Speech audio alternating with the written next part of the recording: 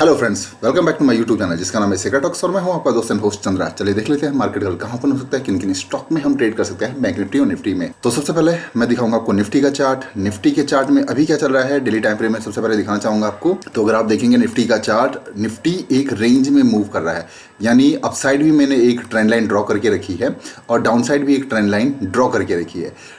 Down side में trend line में support लेने के बाद निफ्टी ने एक ग्रीन कैंडल बनाई, यानी शार्प रिकवरी निफ्टी में देखने को मिली हमें। अब 15 मिनट में टाइम फ्रेम में चार्ट में मैं आपको लेके जाता हूं कि निफ्टी जो लास्ट डे में था, लास्ट डे में निफ्टी एक रेंज में फंसा हुआ था, ये वाली रेंज, ये रेंज में फंसा हुआ था।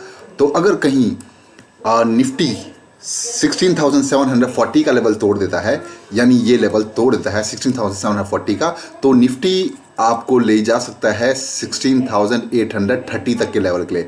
काफ़ी अच्छा टारगेट आपको मिल सकता है यहाँ पे, और ये आपको टारगेट मिल सकता है 80 पॉइंट्स का इजीली, अगर कहीं 16,740 के ऊपर निफ्टी एक ग्रीन कैंडल क्लोज कर देता है 15 मिनट टाइम फ्रेम में। ओके, अब डाउन साइड की बात कर लूँ तो डाउन साइड भी निफ्टी रेंज ही में है। तो यानी अगर डाउन साइड में निफ्टी 16,625 के नीचे एक रेड कैंडल क्लोज कर देता है 15 मिनट टाइम फ्रेम में, तो भी निफ्टी आपको ले जा सकता है 80 पॉइंट्स के टारगेट तक, यानी 16,500 के राउंड लेवल तक निफ्टी आ सकता है। लेकिन शर्त यह है निफ्टी को रहना चाहिए, यानी ओपन होना चाहिए 16,740 या 16,625 के रेंज के बीच में। तो अगर निफ्टी किसी इसी रेंज के बीच में ओपन होता है तो निफ्टी बोथ साइड अच्छे मोमेंटम दे सकता है, अपसाइड डाउन साइड दोनों साइड।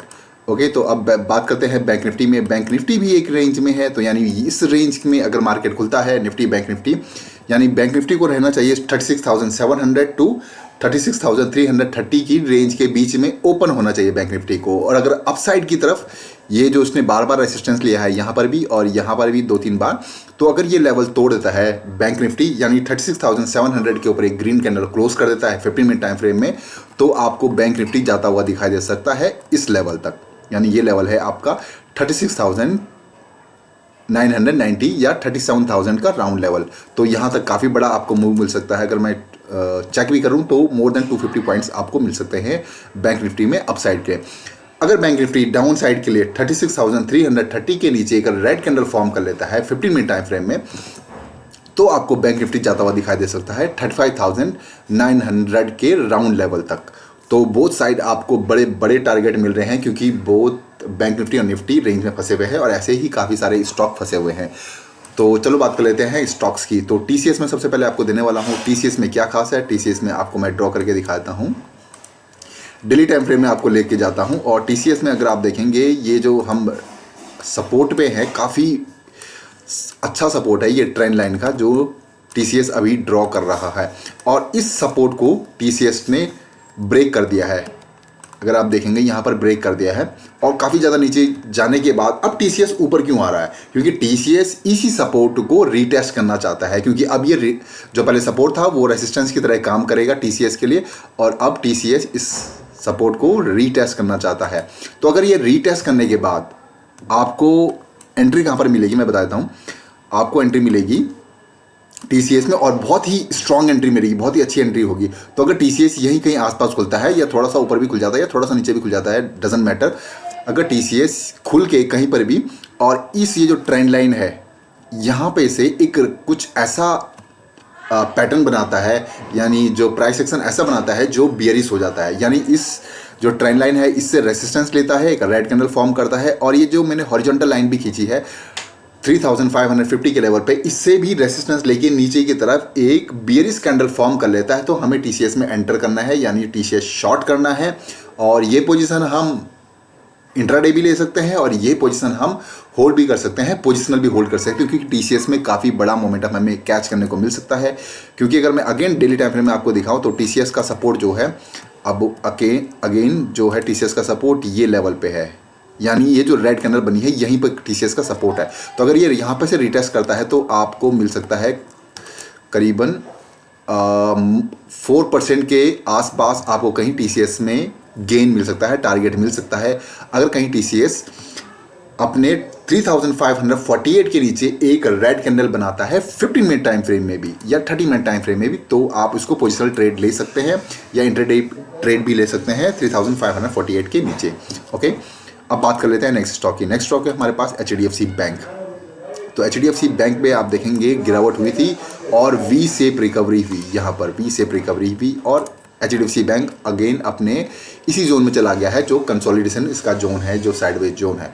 तो इस जोन को अगर वो किसी भी तरफ ब्रेक करता है तो अच्छा मोमेंटम आपको मिल सकता है। लेकिन HDFC बैंक को ओपन होना पड़ेगा 1468 टू 1450 की रेंज के बीच में, यानी इसी रेंज की हम बात कर रहे हैं, इसी रेंज के बीच में HDFC बैंक को ओपन होना पड़ेगा। तो ये आपको बड़े टारगेट दे सकता है। अगर HDFC बैंक 1468 के ऊपर एक ग्रीन कैंडल फॉर्म कर लेता है 15 मिनट टाइम फ्रेम में, तो ये जाता हुआ दिखाई दे सकता है HDFC बैंक आपको अपने मेजर रेसिस्टेंस पे, यानी ये 1500 के राउंड लेवल तक।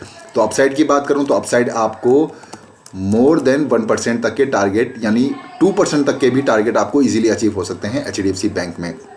ओके, अब डाउन साइड की बात करूं तो डाउन साइड HDFC बैंक का लेवल है 1450 के नीचे, राउंड लेवल के नीचे इसको एक 15 मिनट की बेयरिश कैंडल बनानी है, रेड कैंडल फॉर्म करनी है। तो HDFC बैंक आपको जाता हुआ दिखाई दे सकता है 1436 के लेवल तक। तो यहाँ पे भी आपको काफ़ी अच्छे टारगेट मिलते हैं और अराउंड 1% तक का टारगेट आपको डाउन साइड में भी मिलता है 1450 के नीचे।